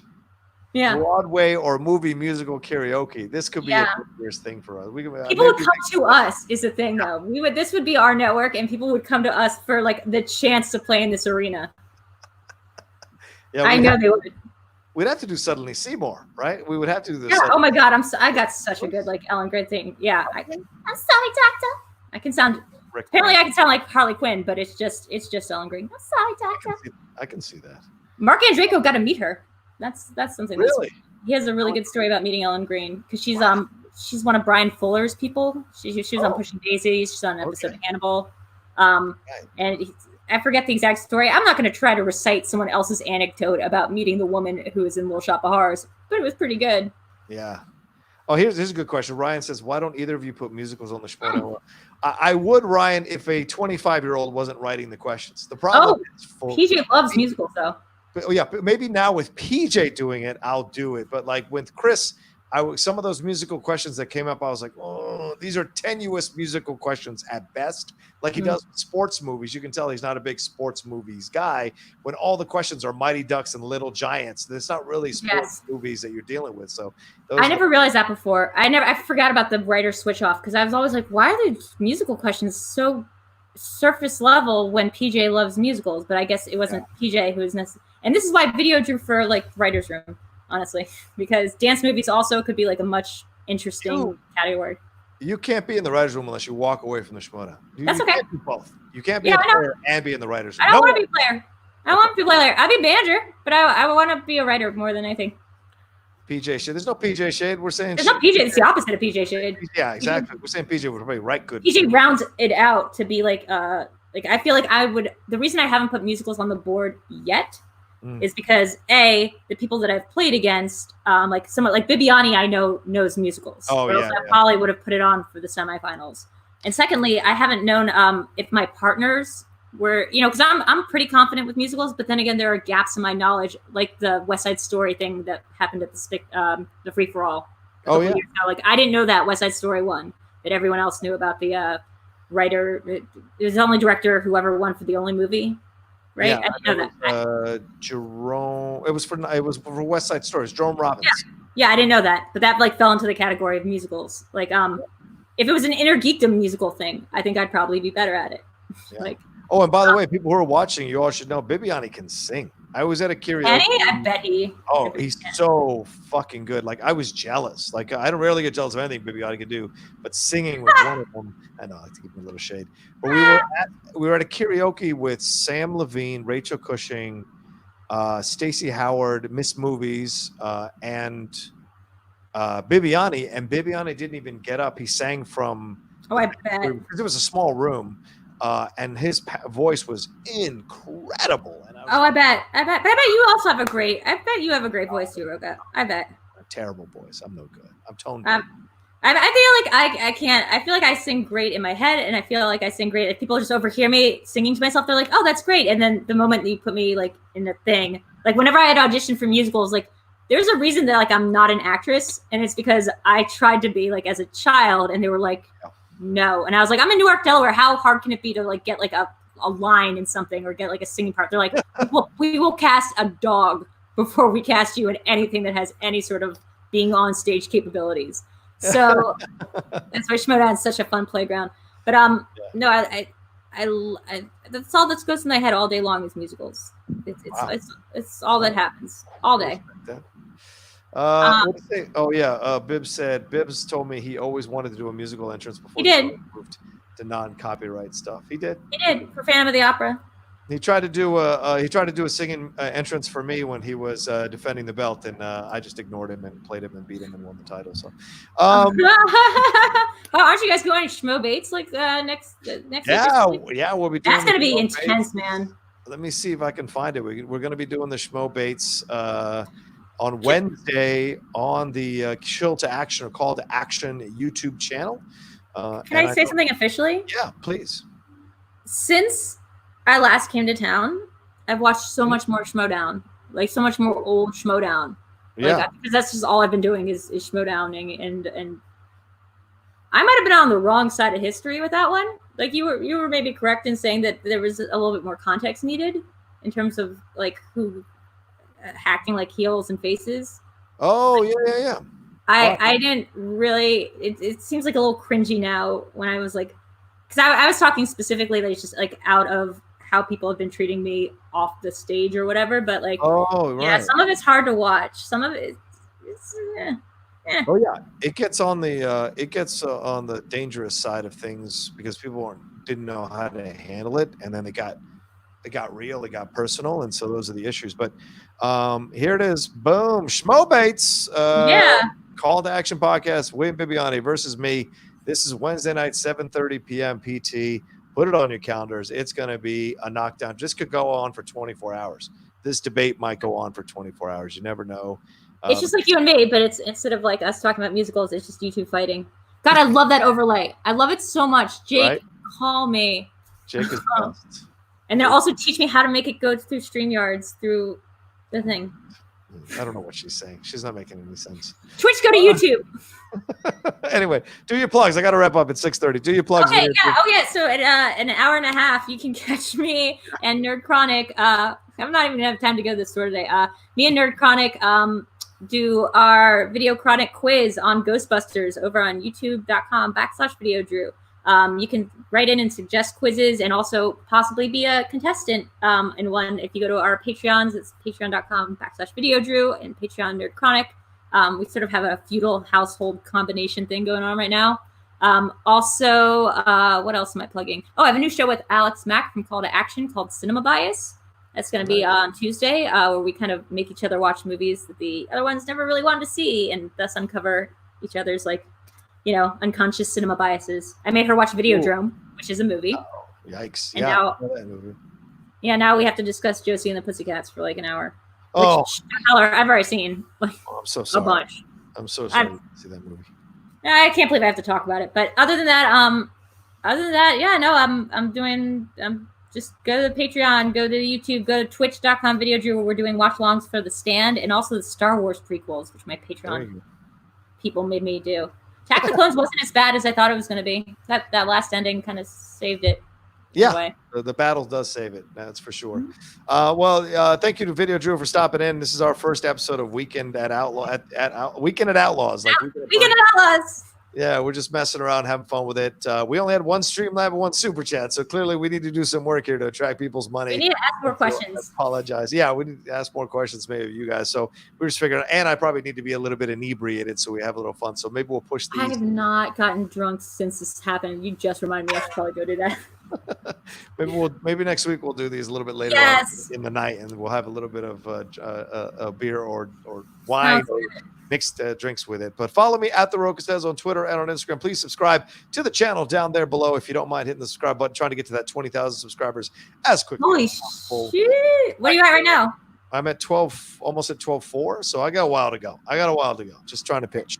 Man, but that happened fast. That happened really fast. January, February was pretty cool. Thanks to a certain tweet, really helped us jump up like crazy, me, Roxy, and Riley. So thank you to all the fans with that. Okay, I'll ask you later, but that's crazy. Congratulations. There it is. Follow my Patreon right there, right above my head.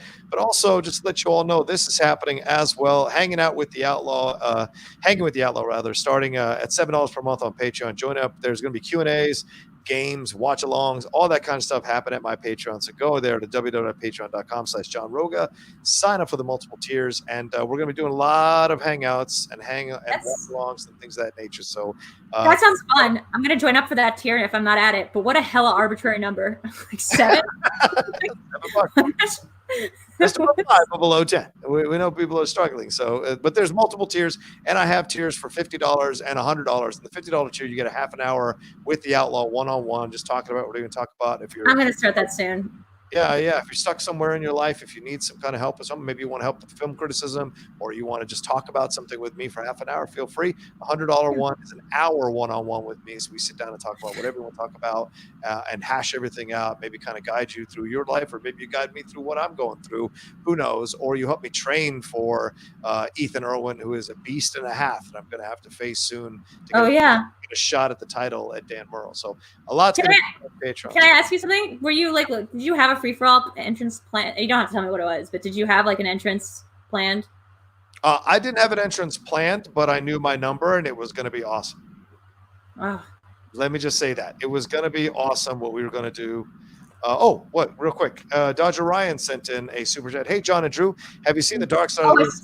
I saw the question. I don't remember if I've seen it, but it sounds so familiar that I literally want to go check right now and like Google it, because it sounds super familiar, like to the point that I feel like I did see it with my dad. Dark Side of the Ring. Is it it's by a German dude? No, I've never seen it. Yeah, it's two guys. They're Canadian. And Dark Side of the Ring is a wrestling show that they do where they explore the seedy underbelly of wrestling. And not seedy, I guess, but some of the darker stories of wrestling. That sounds awesome. They just did the Where Chris can I watch it? It's on Vice, which is an app you can get on the Roku, or you can watch it on YouTube right now. They have some of those episodes available for you to watch free. We just did. I'm doing that tonight. After I'm done streaming. It's a deep dive. I did the Randy Macho Man. It was incredible.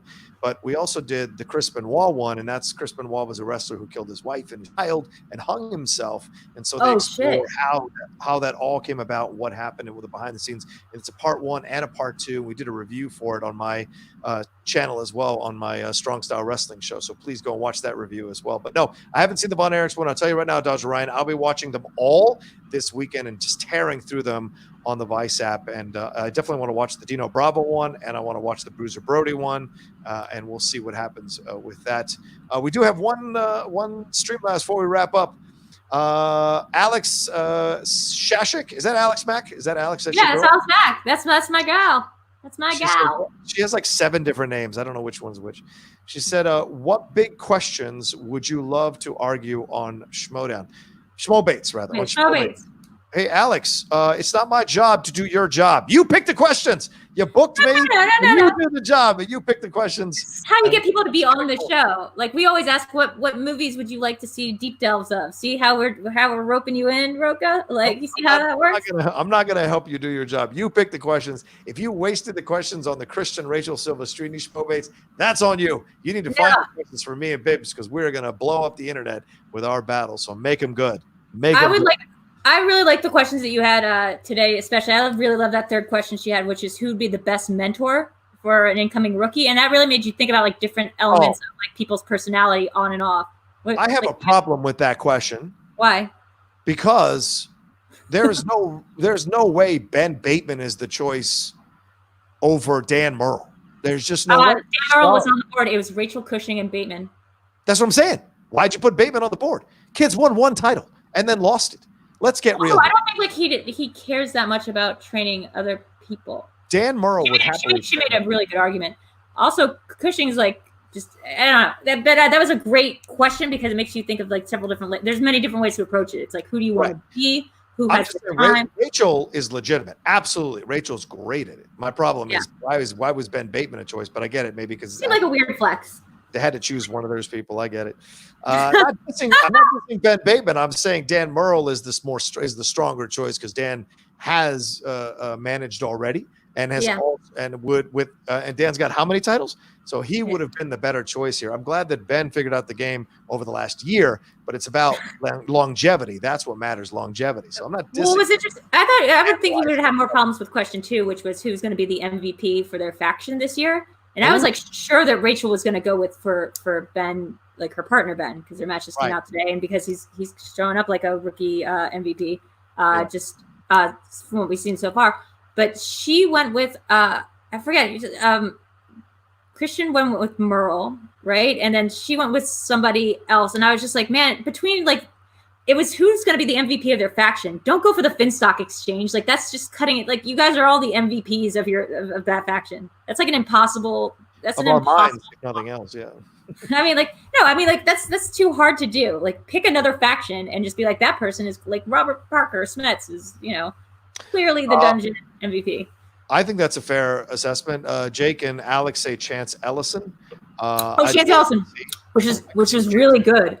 That was a very smart move because the only person Chance would be up with is Mike, and we saw that round 1 that just happened. So I think Chance is the guy that when we play them for the belts again, he is the one I'm most afraid of is Chance Ellison. Afraid, if that's the right word, but he's the one I'd most be wary of going into the battle. I've hung out with Chance before. I think he's kind of scary. Like just in terms of knowledge base, like he's got a scary good amount of knowledge base. True. But he's been beaten a few times in the Schmoedown, so knowledge base is great. You got to win the match. It doesn't take you everywhere. Nope. There's always that Hamburglar in the background, like throwing bombs, putting musicals on the board. I like Theral Unfiction saying if MVP Barbarian of there. I don't know what that means, but I could MVP would be. I mean, Barbarian, I gotta say, I've gotten to know Craig pretty well through because he likes taking these movie quizzes. Yeah. He tanked the clue quiz. Like he just did not do well at all. However, when we gave him the Fargo quiz, like I specifically asked questions to trip up somebody who thought they knew that movie very well. Like, and he I think he got like, something like 18 out of 20. Like it was scary good. I asked like the clue quiz. Sorry? The clue quiz? Which quiz did he take? He didn't do that well on Clue Quiz, it's a terrible movie. That's why he didn't do that well. What the hell are you? Movie. It's the greatest movie. Jonathan Lynn is a great director. My Cousin Vinny and Clue are. How can you not like Clue? That's just like being a Grinch. Everyone loves Clue. It's fucking amazing. Terrible. It's waspish humor. I hate waspish humor. It's boring waspish humor. I mean, it's British. It's like British. No, it's not even close to British humor. Don't even. Well, it's 1950s, like American. There, young lady.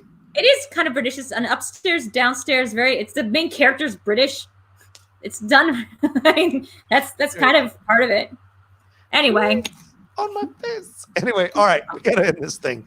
We got to wrap this up. Thank you everybody for watching us this evening. And thank you everybody for putting your Streamlabs and your Super Chats. Always appreciate it.